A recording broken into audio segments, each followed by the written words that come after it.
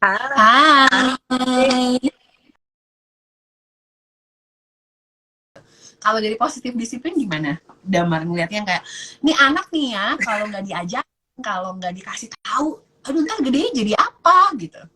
Oke, oke, menarik. Dan ini masih ada kaitannya dengan persepsi kita tadi gitu ya. Persepsi tadi, pembentukan persepsi gitu. Jadi saat kita ini punya attitude atau punya rasa nggak percaya gitu ya. Jadi perilaku kita didorong dari tidak adanya rasa percaya ke anak kita dalam artian besar ya. Nggak percaya sama kemampuan anak kita dan lain-lain. Itu muncul yang namanya barriers dalam cara kita mendampingi anak-anak kita.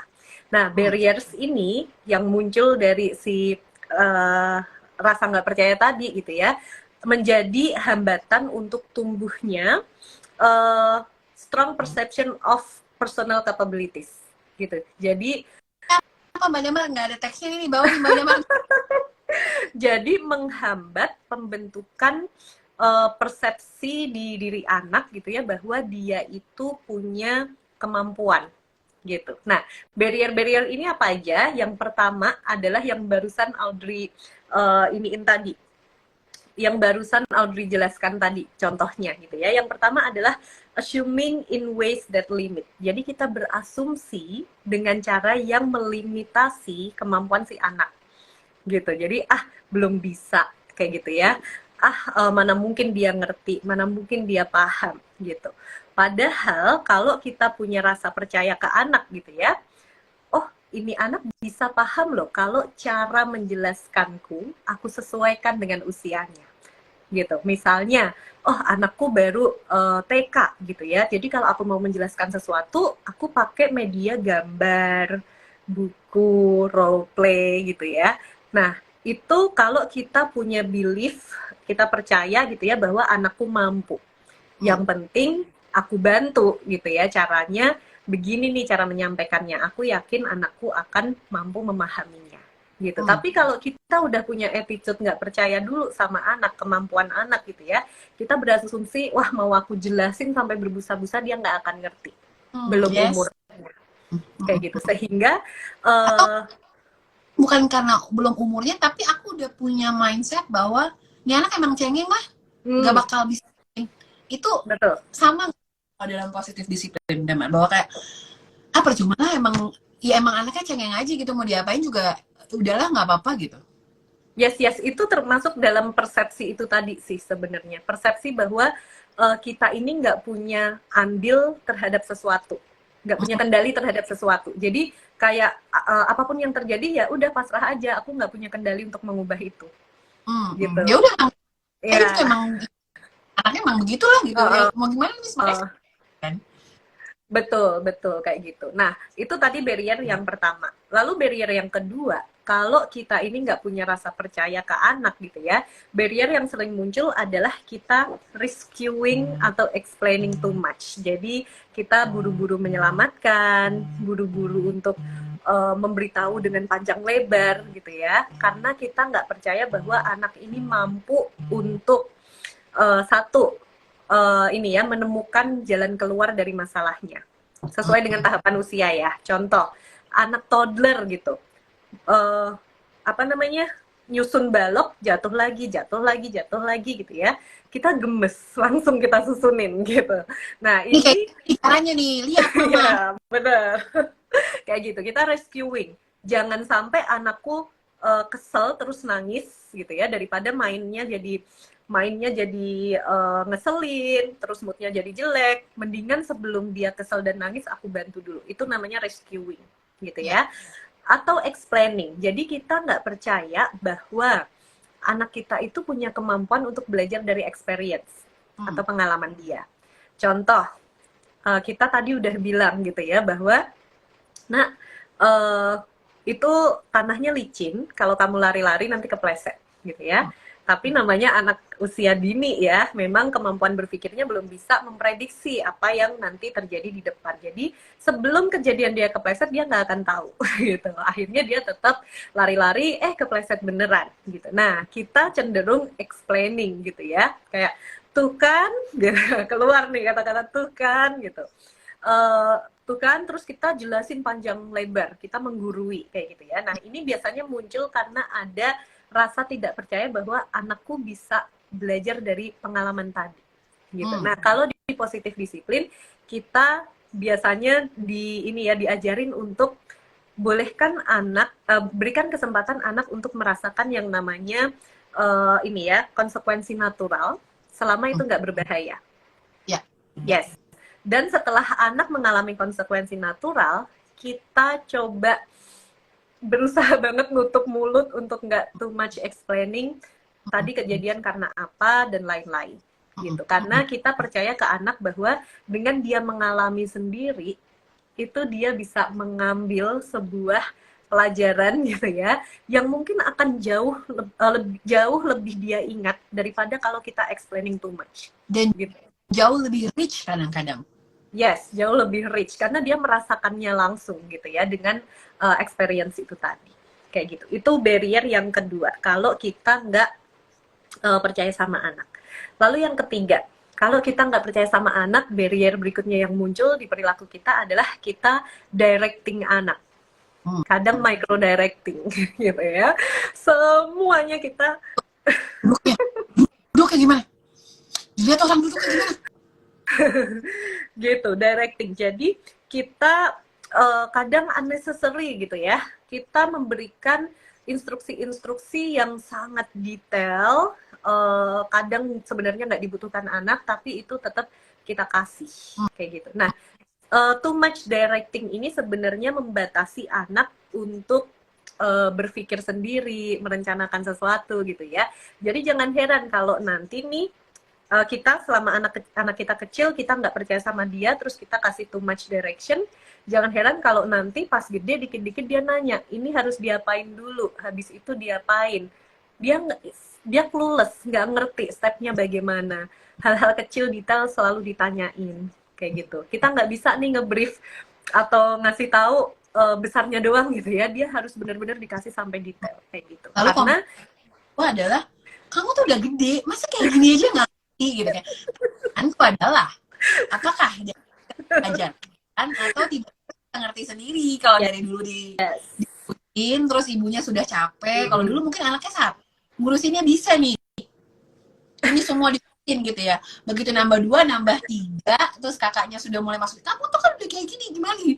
Sedangkan dia nggak pernah punya proses untuk belajar gitu, untuk mengalami, untuk gimana ya rasanya kalau nggak ada mama, gimana ya rasanya kalau makanan tuh nggak disiapin bunda. I don't even know gitu. Yang kayak banyak nih sekarang yang teman-temanku yang juga cerita yang baru habis menikah, dan maksudnya yang biasanya tinggal di Indonesia baru habis menikah terus ternyata tinggal di luar. Gila ya, laundry itu mesti diambil ya. Terus yang kayak mau kemana aja gitu, yang kayak ke rumah ya bisa kalau lo minta gitu. Yang kayak men itu jadi kayak mesti nyuci gitu kan, mesti lipat, yang kayak gue nggak pernah tahu ada itu dalam hidup gue gitu, yang kayak terus orang tua ngerasa aduh ribet lah kali pada kamu yang lipat gitu, udah sini mama aja yang lipat gitu kan ya.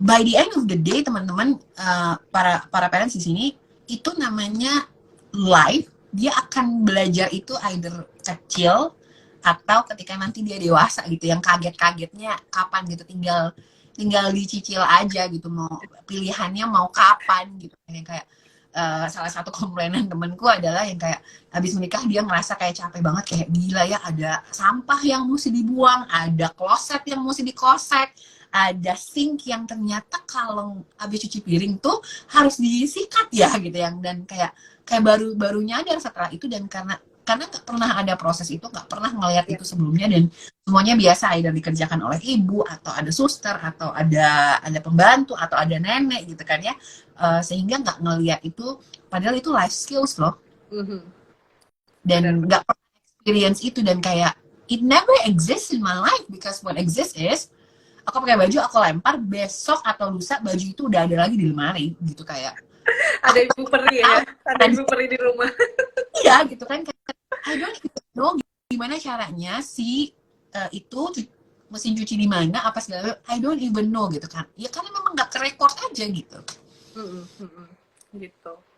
Dan yang keempat, kalau kita nggak apa ya, nggak hati-hati gitu ya, persepsi kita tadi, apa namanya, kita attitude kita tadi juga bisa membawa atau mengundang barrier berupa kita ekspektasinya nggak match sama si anak gitu ya, entah itu expecting too much and too soon atau too little gitu ya, sehingga anak ini ujung-ujungnya sama, ujung-ujungnya muncul persepsi bahwa aku nggak mampu gitu. Contoh, kalau kita expectingnya too much ya, anak kita usianya misalnya baru 4 tahun gitu, baru 4 tahun gitu. Terus kita udah expect dia untuk bisa menulis seperti menggenggam pensil seperti kita orang dewasa. Secara fisik itu tangannya belum mampu loh.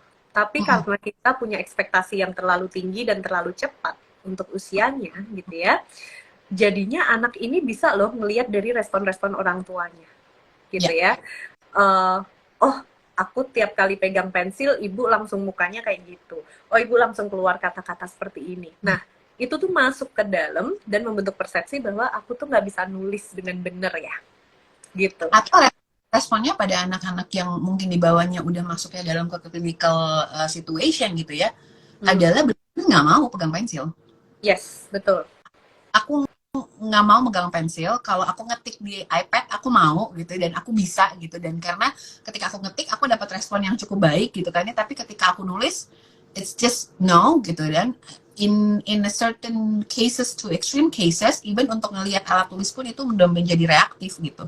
Dan itu mungkin untuk case menulis ya, tapi misalnya dalam banyak hal gitu, kayak hari ini aku juga baru habis ngomongin tentang kecemasan anak gitu ya, itu bisa banget menimbulkan kecemasan gitu, padahal sebenarnya dari kecemasan orang tuanya yang terus-menerus tidak diproses dengan baik, akhirnya tanpa sengaja dan tanpa bermaksud, of course tanpa bermaksud untuk menularkan kecemasannya ke anak, secara tidak langsung tertularkan kepada anak karena ini respon di dalam diri banget gitu. Betul, betul. Itu tadi contohnya kalau misalnya kita ekspektasinya terlalu tinggi. Ada juga yang ekspektasinya terlalu rendah. Jadi kayak aku tuh sampai sering ya dapat pertanyaan, sebenarnya boleh nggak sih kita berekspektasi ke anak kita gitu? Atau jangan-jangan kita nggak usah punya ekspektasi apa-apa aja ke anak kita gitu ya. Nah ini juga kurang bagus, nggak punya ekspektasi apa-apa atau ekspektasinya terlalu rendah. Karena anak itu untuk berkembang juga butuh challenge, selama challenge itu ekspektasinya itu sesuai dengan kemampuan dia gitu. Jadi kalau misalnya situasinya adalah aku nggak punya ekspektasi atau ekspektasiku terlalu rendah ke anak-anak, biasanya ini sering banget terjadi waktu anak-anak belajar skill baru. Jadi contohnya toilet learning. Toilet learning, ekspektasi orang tuanya kayak, wah ini kok pup di celana terus ya, kalau tiap kali diajak ke toilet selalu nangis ya, kayak gitu, nggak bisa ya gitu. Terus akhirnya ekspektasinya rendah, anakku tuh nggak bisa deh. Terus akhirnya balik lagi diapers lagi. Nah ini juga membuat anak ngerasa, oh iya aku benar-benar nggak mampu gitu. Dan akhirnya muncul perilaku yang namanya kalau di positif disiplin adalah kita sebut sebagai kategori assume inadequacy gitu. Dia merasa dirinya nggak mampu. Biasanya ditunjukkan dengan perilaku-perilaku seperti ini, menolak sebelum mencoba, menyerah sebelum mencoba. Atau seringkali bilang, misalnya disuruh gambar gitu ya, dia bilang, ibu aja deh aku nggak bisa, gitu, mama aja deh aku nggak bisa, gitu, aku takut salah dan lain-lain, kayak gitu. Nah itu kalau kita ekspektasinya nggak pas ya, entah ketinggian, entah terlalu rendah, nggak punya ekspektasi, nah itu ujung-ujungnya sama, assume inadequacy. Anak merasa bahwa dirinya nggak mampu gitu. Nah ini kalau ngomongin lagi ke masalah yang tadi ya, kita percaya sama anak. Nah ini aku sering banget pakai istilah outer voice become inner voice gitu. Kalau orang tua itu sering menunjukkan perilaku atau kata-kata bahwa dia dia percaya bahwa anaknya nggak mampu, anak juga akan begitu gitu. Anak akan melihat bahwa dirinya nggak mampu gitu.